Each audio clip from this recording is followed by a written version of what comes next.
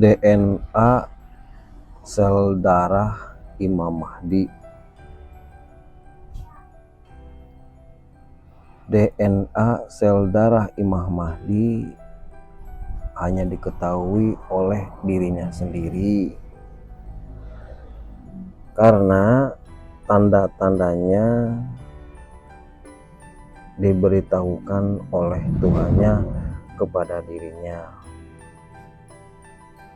Jadi DNA sel darah Imam Mahdi meskipun tidak dites atau dengan pemeriksaan kedokteran,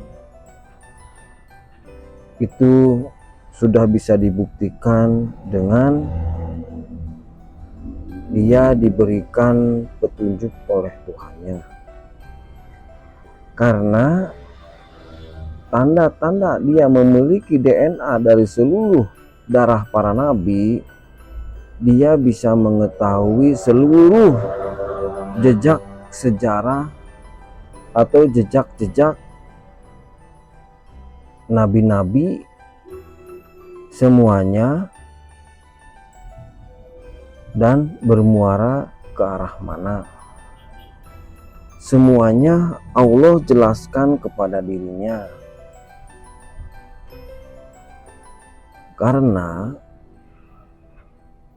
pada hakikatnya ketika DNA sel darah Imam Mahdi sudah sempurna, maka itu adalah kelayakan bagi Allah buat Imam Mahdi untuk didatangkan kepada dirinya atau didampingi dirinya dengan malaikat Jibril alaihissalam.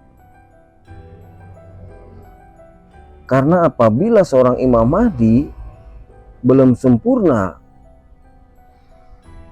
DNA-nya, maka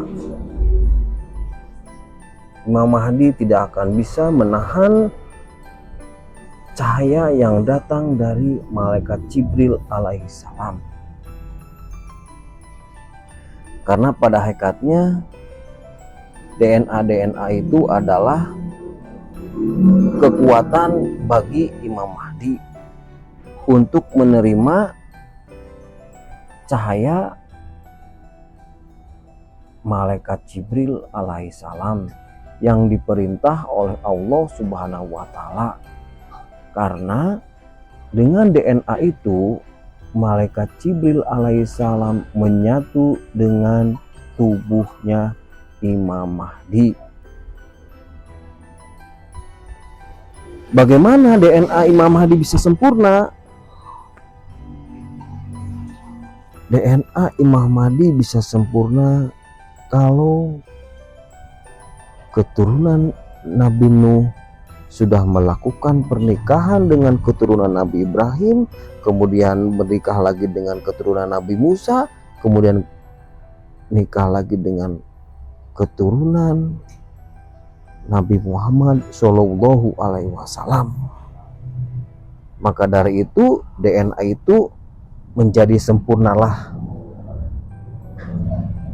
Maka Imam Mahdi akan disebut sebagai keturunan Nabi Adam, keturunan Nabi Nuh, keturunan Nabi Ibrahim, keturunan Nabi Musa, dan keturunan Nabi Muhammad, dan keturunan Nabi Isa.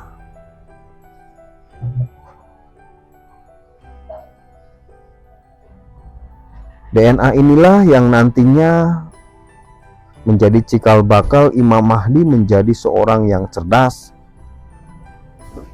karena dia menyatu dengan malaikat Jibril alaihissalam. Karena pada hakikatnya nama yang sebenarnya Imam Mahdi adalah melekat pada malaikat Jibril alaihissalam, yaitu sebagai pemimpin yang memiliki petunjuk. Namun karena malaikat Jibril sudah menyatu dengan Imam Mahdi, maka dia disebut dengan Imam Mahdi.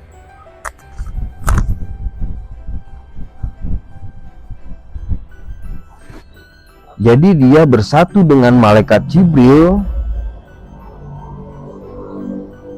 dan dia bisa menampakkan di dalam tubuh Imam Mahdi. Maka dari itu Imam Mahdi adalah bisa disebut malaikat berwujud manusia.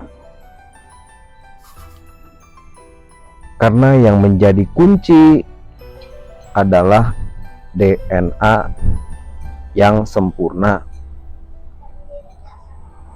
Bagaimana kalau malaikat Jibril masuk ke dalam DNA yang tidak sempurna? Maka orang tersebut akan mengalami kehancuran di dalam darahnya, ataupun dia akan menjadi gila, karena orang tersebut tidak akan bisa menahan cahaya malaikat Jibril alaihissalam. Karena syarat untuk bisa dimasuki oleh cahaya malaikat Jibril alaihissalam adalah DNA-nya para nabi dari keseluruhannya. Maka dari itu DNA inilah yang akan nantinya membuka harta rampasan perang atau harta amanah.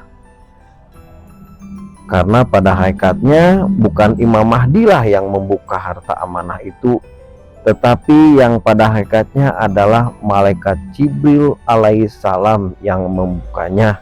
Yang pada hakikatnya sebenarnya hanyalah Allah yang membukanya. Jadi Imam Mahdi hanya sebagai perantara.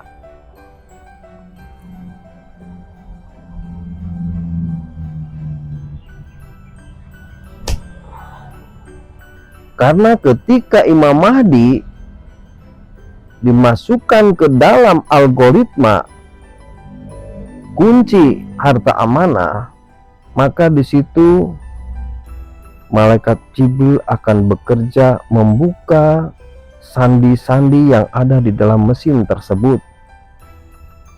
Karena sandi-sandi tersebut ada di dalam mata atau pupil Imam Mahdi, yang pada hakikatnya adalah itulah ruang langit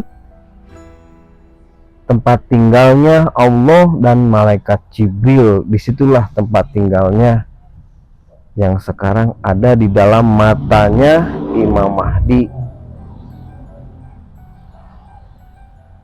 Maka sebenarnya yang melihat oleh mata Imam Mahdi sebenarnya adalah malaikat Jibril dan Allah Subhanahu wa Ta'ala. Bukan dia yang melihat, tapi dialah Allah dan malaikat Jibril yang melihat.